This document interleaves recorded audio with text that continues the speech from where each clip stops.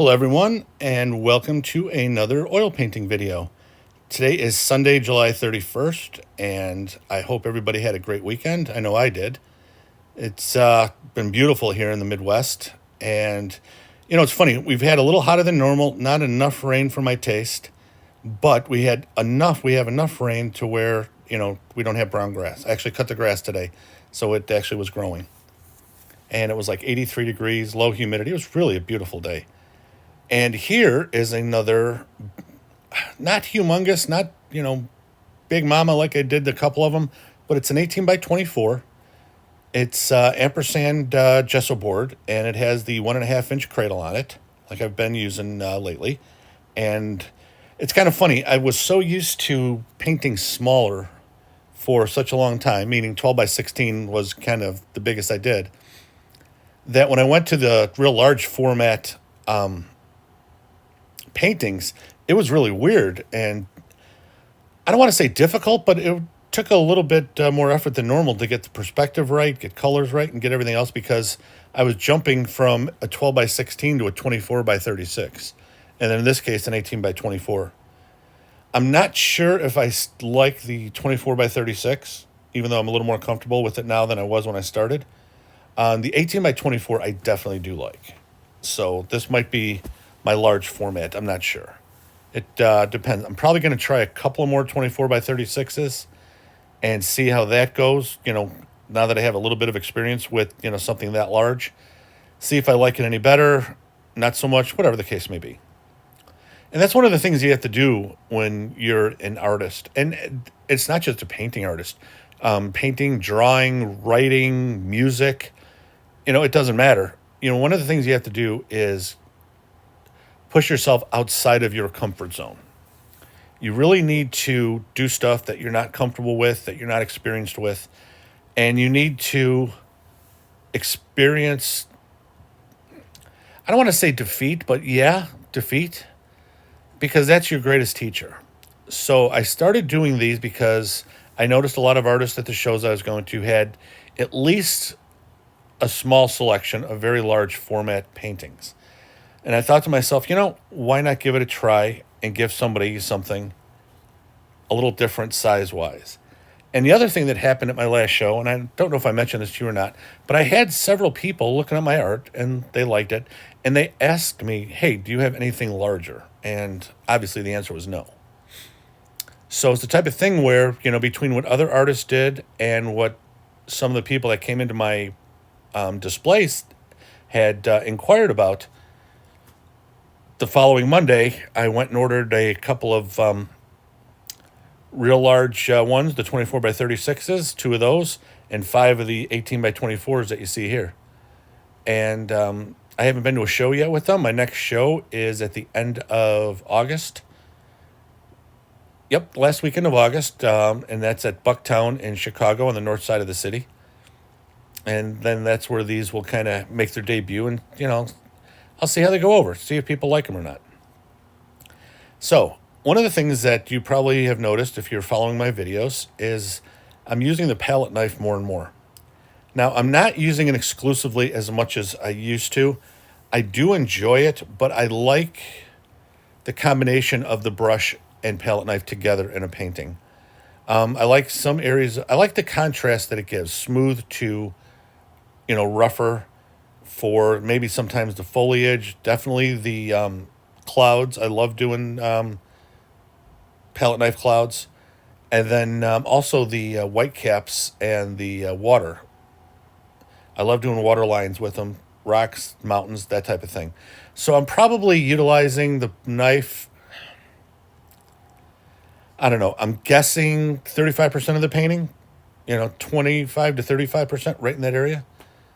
Now, if you notice right here, I'm just fluffing up, and I'm basically taking the paint that was relatively thick, and I'm moving it to create the shapes that I'm looking for in my sky.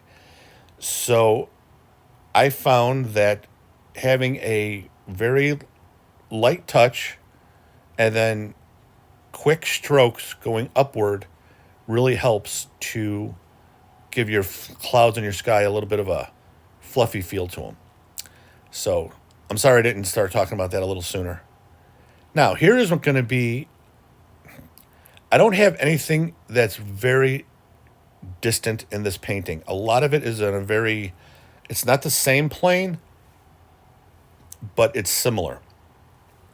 Now, this mountain range that I'm doing is the only real mountain range in this, and I will have some pretty good detail on it. I'm going to have like a little hill or bluff to the right, and then like a little forest to the left, and then the water, and then the foreground. And basically, what I'm doing is you're going to see, because of a little bit of overlap, where I have the order of front to back. And it'll be a lot more evident as I get the other elements in. Now here what I'm doing is I'm going to use the left side, so the light is coming from the left. So what I'm doing is I'm already putting my shadows in by stroking from the top left to the right. So when I put my highlights in now, I already have the shadow part of it established, and I don't have a lot of work to do with it. And that's one of the beauties about doing mountains and doing them with palette knives too, is you can use the brush and the direction that your brush strokes are going to put in your shadows first, and then once you have that, you can add your highlights then. And at that point in time, hey, look out. Had to go and change a knife. That little knife was starting to annoy me. Like I said, I usually do smaller paintings, so the little knife was a lot easier to do. Then it's like every once in a while I forget, oh, this is much larger, so I have to get the larger equipment out. And then there's my mountain. And one of the things that I learned to do was vary the peaks. Not just from, let's say, left to right, but also front to back. So you can see peaks that are in front of other ones and things like that. One of the things in painting that I've learned over the years is a variation in everything, whether it's color, texture, front to back, whatever. A variation helps give interest to your work. I met a woman at the last show I was at, Napier Settlement in Naperville, Illinois, and she does this full-time. She's a full-time artist. She has beautiful paintings. And she was telling me that while she was working a full-time job and trying to become an artist, during the season, which is basically spring through almost Christmas, she was working 7 days a week. And I told her, I says, that's pretty awesome. You know, I am almost to that point now where I work 7 days a week because I have a full-time job as well, trying to be a full-time artist. But she did make the break, and she's been a full-time artist for a few years now. And God bless her. She looks great. She's thrilled. She's happy. She does about 25 shows a year. And then she also has online, and she sells through Facebook and things like that. So she's really doing a really nice job with it. So there is my bluff. Now, this is, I'm not going to call it a mistake, but this was something I wanted to try first to see how it would look. I wasn't happy with it, so I changed it kind of on the fly, and you'll see what I mean. This just didn't look right to me. That was more of a stroke for a mountain and not like a grassy hill. And even though I have the colors much brighter than the mountain, you can definitely tell it's in front. I just didn't like the way that looked. So very shortly here, I'm going to be altering how I do it. And there we go.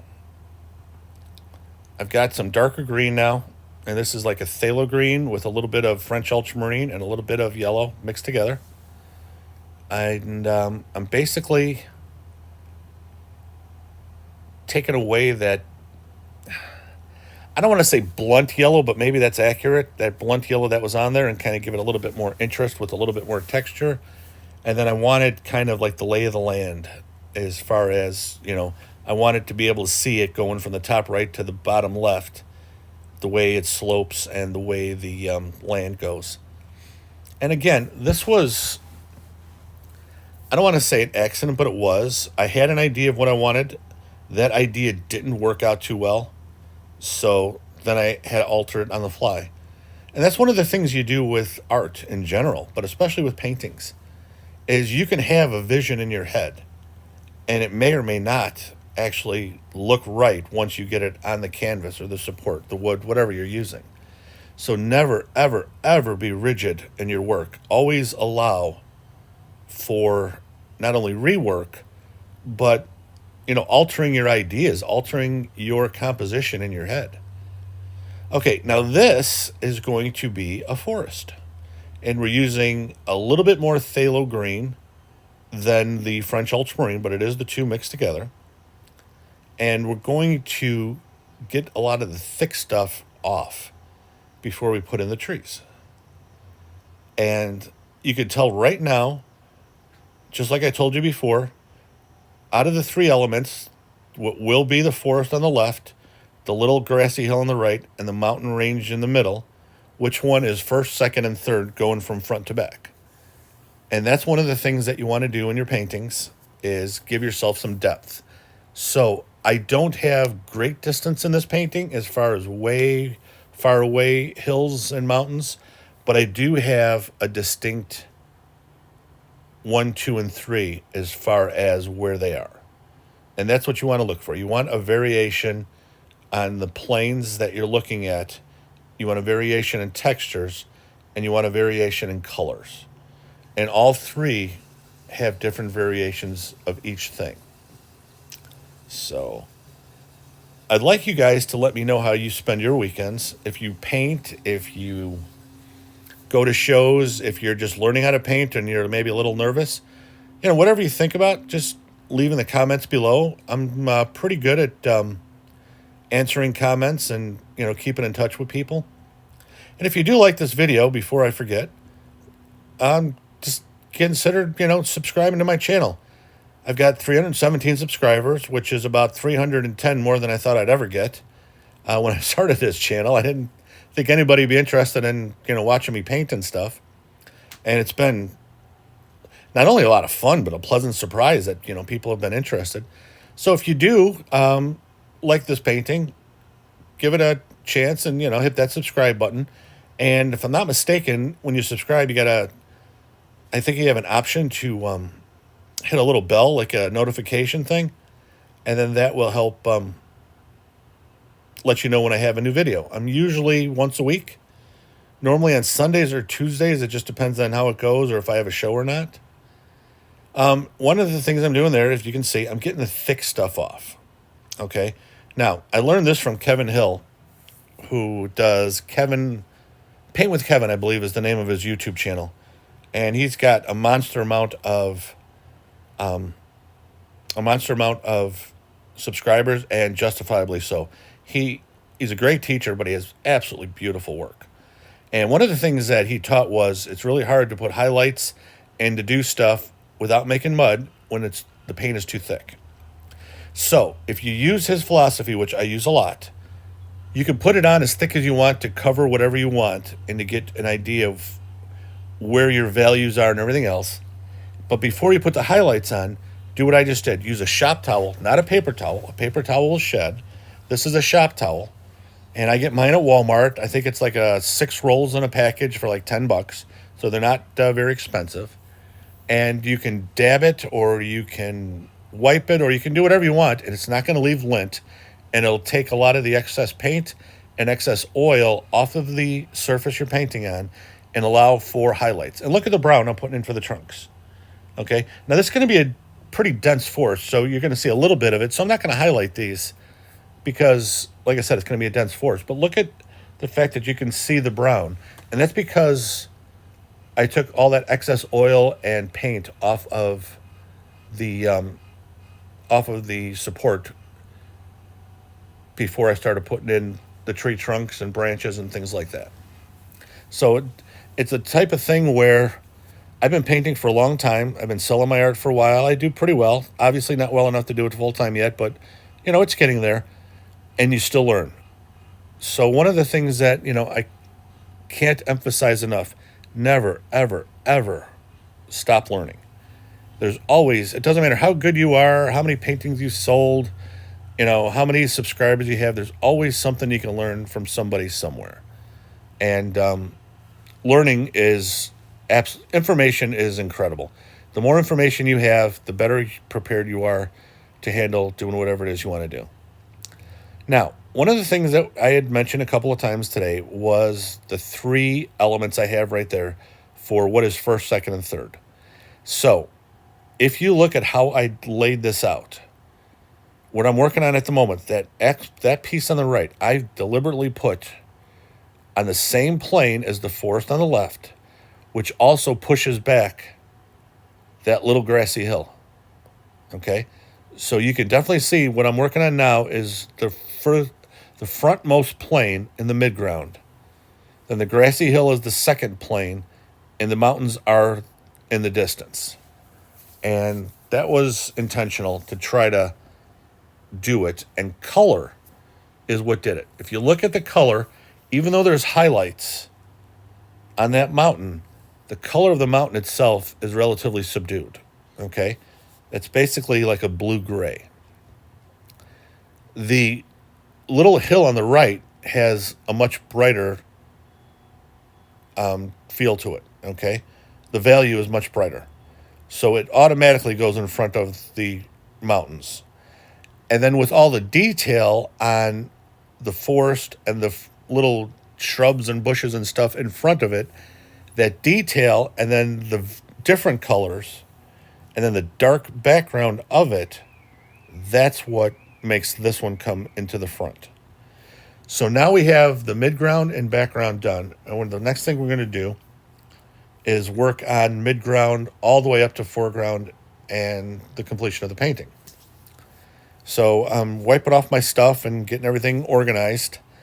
I like to speed up 2x the video because there are a lot of times during a painting, especially one this size, where, there is going to be a little bit of a lull in painting because there's stuff you got to do, squirt more paint out, clean a couple of brushes that you may need later, whatever the case may be. And when I have it on, 2x the amount, it helps to not have too much of a lull in between so you don't get bored. Because the last thing I want you to do is get bored with watching any of these videos. I'd like them to, be an interest to people. Speaking of which, if they're not interesting to you, instead of, just turning it off, give me a chance and let me know in the comments below. If you give me constructive criticism, I'll be right there for you. I mean, if you tell me my video sucks and don't tell me why, I'm probably not going to say anything. But if you tell me my video sucks and this is why, I'll actually be grateful. I was in sales for many years, a long time ago, so I developed a thick skin. But if you don't like it, let me know what you don't like. And, if it's possible, I'll fix it. Because the biggest thing I want to do with this YouTube channel is inform people that you don't have to go to art school for 20 years to be an artist. You don't have to spend 3 weeks on a painting. And you can have fun doing a painting in a reasonably quick amount of time. And the other thing I want to do is, entertain. I want you to enjoy it, see what you like, see what you don't like, and just veg out maybe on a Sunday night watching a painting video and seeing what's going on. Now, I have been using Daniel Smith water mixable oils, and those are... I don't know if they're my favorite paint, but I like them a lot, and I'm going to continue to use them. What I'm using today is the Windsor Newton Griffin Alkyd oil paint. And basically, it's genuine oil paint, but it has an Elkid resin that is mixed inside of it somehow. And this paint's been around forever. It's very, very popular paint. And a lot of professional artists use it because, like I said, it is a professional grade.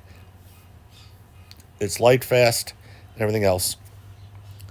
But the beauty of it for me, in this case, is it dries to the touch in 24 hours. Sometimes less than that. Depends how thick it is. And the reason that's good, especially this time of the year for doing paintings, is show season. If this was, let's say, December, and my next show isn't until the end of March, okay, it doesn't matter if it takes, 2 months for my painting to dry to where I can put retouch varnish on it and take it to a show. But when you're talking about, you only have a couple weeks in between, the Griffin Alkyds come in handy. They have really, as you can tell, beautiful, vivid colors, but they dry really quick for oil paint, and it really helps when you're trying to, prepare for shows and stuff. So this is another one of those ad lib as I go. In my head, this did not have land base on the front. And as a matter of fact, even though it didn't have a land base and I just put one in, I didn't like the perspective on the one on the left. So very shortly, I'm going to make the one on the right bigger to make the perspective right. And then I'm going to make the left water. There you go. Get that brown off, actually umber, with a little bit of alizarin, and put more blue. The beauty of oil paint is you can change stuff. And yes, it's stained. Yes, the blue isn't going to be as nice as the blue over there because it has the umber on it with a hair of alizarin crimson. So it's going to be a little darker. That doesn't matter. Water is darker in some places and it's lighter in others, and whatever the case may be. This is going to have some white for water lines and showing movement in the water. And it's also going to have some reeds and flowers over there. So it works out really well. And even though this is a fast drying oil paint, it's not that fast. 24 hours for paint as thick as this is. Maybe 18. So it's workable while I'm still awake. Okay. This is going to be workable for at least 3 to 4 hours if I needed it to be. So it's not like acrylics that are, so quick and stuff like that. Now, I usually do, lately anyways, the water lines and stuff with the palette knife. I want it a little softer, a little smoother, almost like little swells. So I'm going back and forth with the white and French ultramarine to try to get the swells and everything else kind of where I'm looking for. And if you notice, that's a little darker than the rest of it, but not by much. So it worked out pretty well. And I got to put a little bit of, there you go, right back there where it's coming from. We don't see where it starts. We just see where it comes from. But we know there's a river behind that dense forest back there because the water just isn't going to appear, right?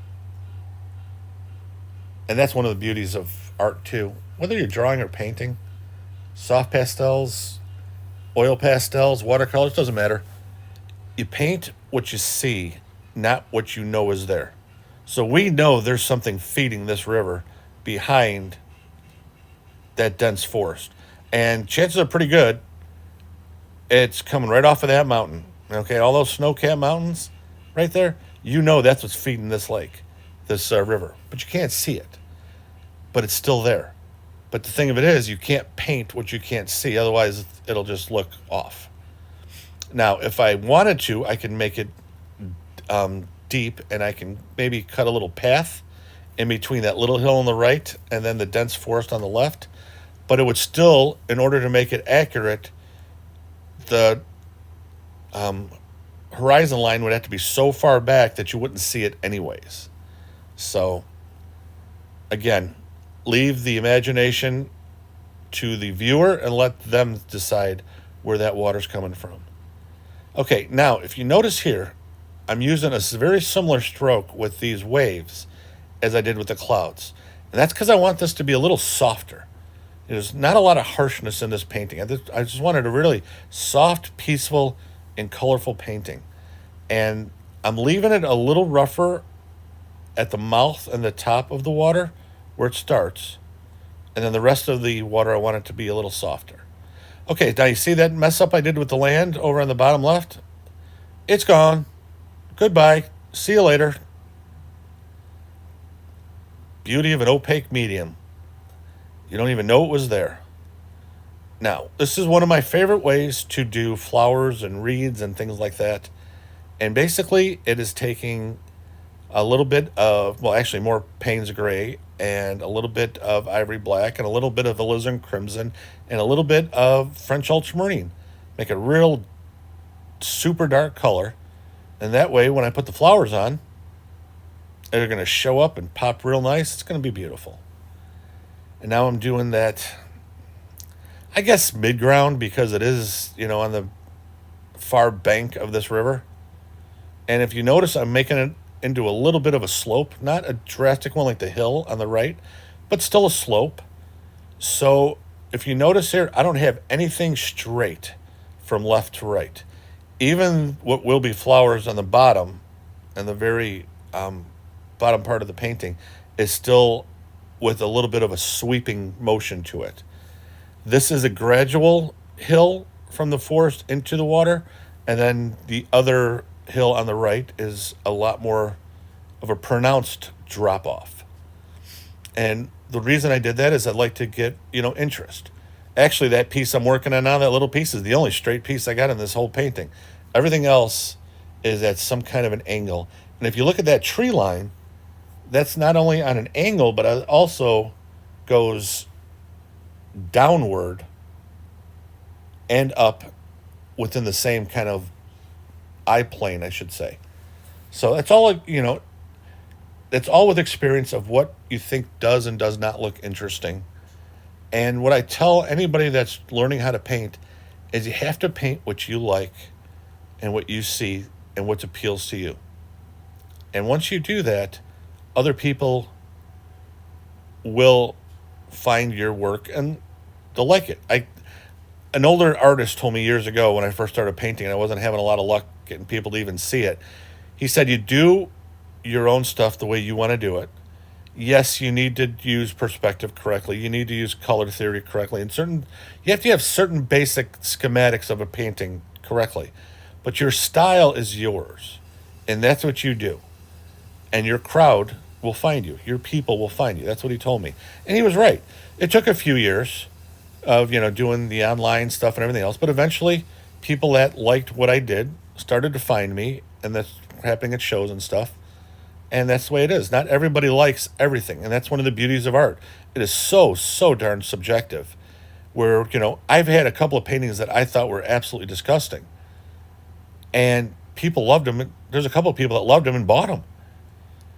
I couldn't stand them. I thought they were mistakes. And they just spoke to them. And that's the beauty of painting. You just never know.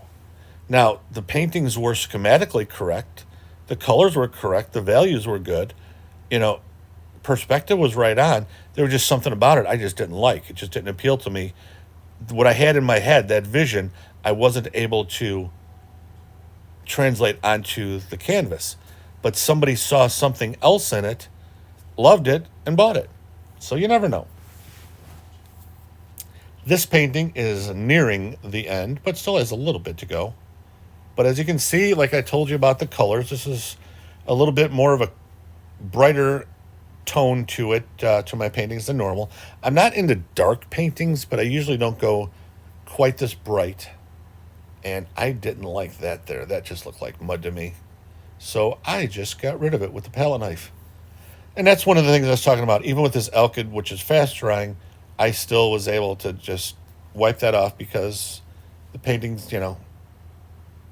hasn't been down that long. It hasn't been wet that long. Now, this is what I always like to do right in the foreground, is just lift up like that. And what that does is it just shows like the little grass blades and weeds and stuff like that. And it really helps tie that painting together on the bottom.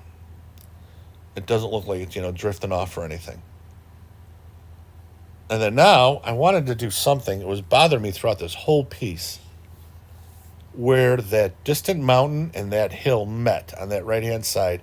I just didn't like that little area. So I put in those little bit of distant trees there. No highlights, no nothing. Not even that big. Just to kind of give the impression there's a little bit of a tree line back there. And this, my friends, completes the painting. I hope you enjoyed it. Like I said, if you did enjoy this, please consider subscribing to my channel. And I hope everybody has a great work week. And I will see you with a new painting on next Sunday. Take care.